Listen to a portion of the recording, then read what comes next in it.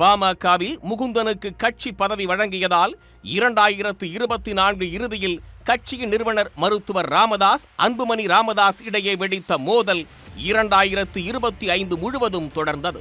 வந்த உடனே போய் அப்புறம் இளைஞர் சங்க பொறுப்புல போட்டு நான் சொல்றதுதான் நீங்க சொல்லுங்க, கேட்கணும். யாரா இருந்தாலும் நான் சொல்றதுதான் கேட்கணும். எல்லாம் பண்ணுங்க, நீங்க பண்ணுங்க. புரியுதா?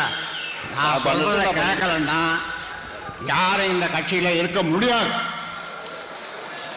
இது நான் உண்டாக்குற கட்சி. நான் சொல்றத கேட்கலன்னா யாரும் இந்த கட்சியில இருக்க முடியாது. என்ன சரின்னா சரி, போ.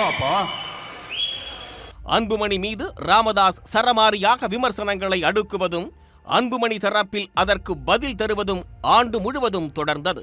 முகுந்தன் தலைவர், நான் சொல்றதுதான் கேட்கணும். நான் ஆரம்பிச்ச கட்சி, நான் என்ன சொல்றேனோ அதுதான் செய்யணும் எல்லாரும். அப்படி விருப்பம் இல்லாதவர்கள் விலகிக் கொள்ளுங்கள்.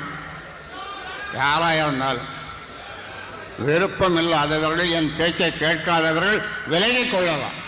சென்னையில் தலைமை அலுவலகம் 63 நாட்டுமுத்து நாயக்கன் தெரு, தேனாம்பேட்டை, சென்னை. இதுதான் பாட்டாளி மக்கள் கட்சிக்கு நிரந்தரமான முகவரி.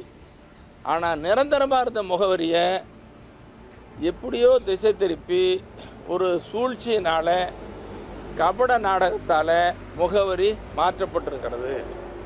அந்த முகவரி மாற்றப்பட்டதே மோசடி செய்தி.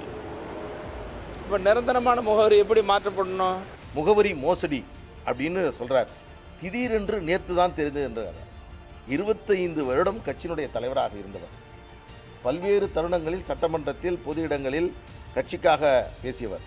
இப்படிலாம் ஒரு அபாண்டமாக பேசுவது என்பது திரு கௌரவ தலைவர் அவர்களுக்கு அது கௌரவமா என்ற கேள்வியை நான் கேட்க வந்துள்ளேன்.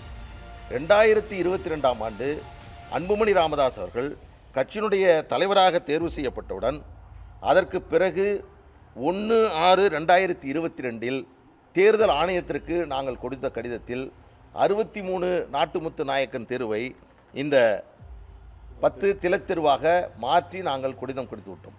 அன்றிலிருந்து நாங்கள் இந்த கட்சியினுடைய தலைமை அலுவலகமாக டி நகர் திலக் தெரு தான் இருந்து வருகிறது.